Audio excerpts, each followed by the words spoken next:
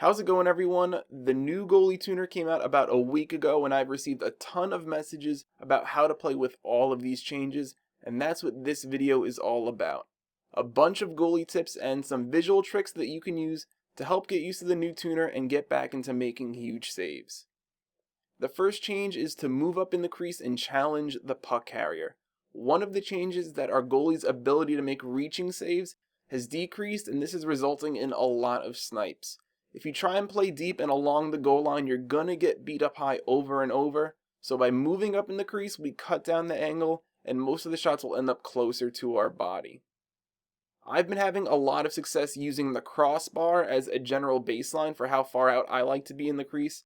That being said, it is very important to read the situation to determine whether you need to move further up or back in the crease. For example, if there's a wide open guy in the slot and you know he's going to shoot, that is a dangerous area of the ice, so take an extra step up to cut off more of the angle. Now, if there's a moment where you can see an open player near your net for a one-timer, moving back just a tiny bit could be the difference in cutting down the lateral distance to make that one-timer save.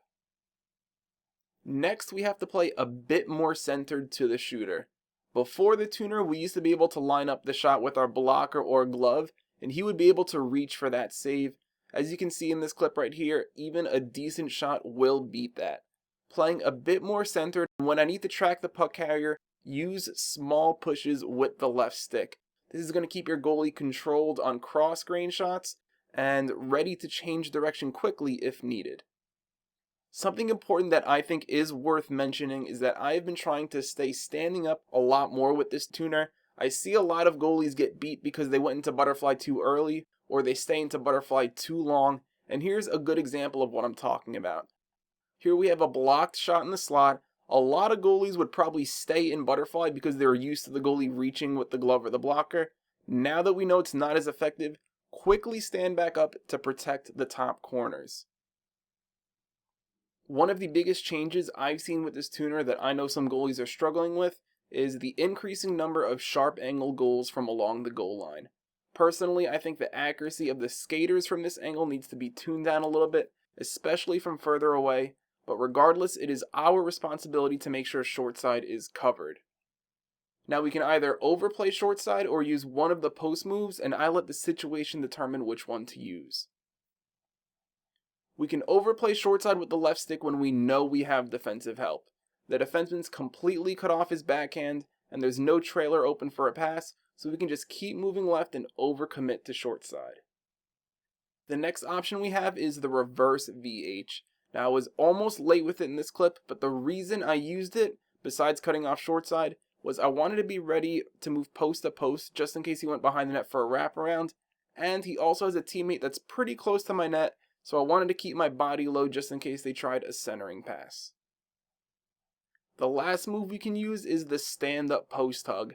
I've been using this move a lot more since the tuner, and that's when he has a passing threat basically in the high slot or a passing threat that's not near my net, and these are situations where I want to be standing up when I come off the post. With all of these changes, playing a bit further out of the crease and whatnot, I have been using the right stick a bit more on one-timers with the new tuner, especially glove side, as the animations are much better compared to blocker side. The right stick for blocker side can work, but with the lack of animations, I would suggest using the left stick plus butterfly for the butterfly push, and then combining that with a post lean to help cut off short side. EA has also increased the speed when moving post to post, and this is going to make wraparounds easier to stop. Now, since the animation is quicker, we can afford to be a little bit more patient before switching posts, and that little bit of extra patience will make fake wraps like these easier to read so you don't end up like this goalie. There was a lot of important information in this video, so I do want to recap this for you guys. First of all, be more aggressive and challenge the shot. I've been using the crossbar as a general guide for where I like to stand in the crease, but we also need to read situations where you can move further up or back in the crease, and this is going to be very important to making huge saves. I think this is basically going to determine who becomes an elite goalie and who takes that next step. Remember, we need to play a little bit more centered to the shot. We cannot rely on the reaching save animations anymore. stands back up whenever possible. Obviously, if the puck is sitting in front of your net, stay in butterfly, but when it is safe to stand up, get back up as quickly as possible to avoid getting beat up high. Remember, there's 3 different methods to protecting short side on sharp angle shots. We can either overplay with the left stick or use either of the 2 post moves, and let the situation determine which one you can use. As I said before, I have been using the right stick a little bit more on one-timers, especially on glove side where it's a lot more effective. For blocker side, you can still use the right stick, or you can use the butterfly push and post lean combo. And last but not least, they increase the speed of moving post to post, which is going to help on wraparounds. But with the increased speed, we can also be a little bit more patient just in case the other team tries a fake wrap. Any questions, feel free to ask below. Ask me on Twitter, ask me on Xbox, or wherever you can find me.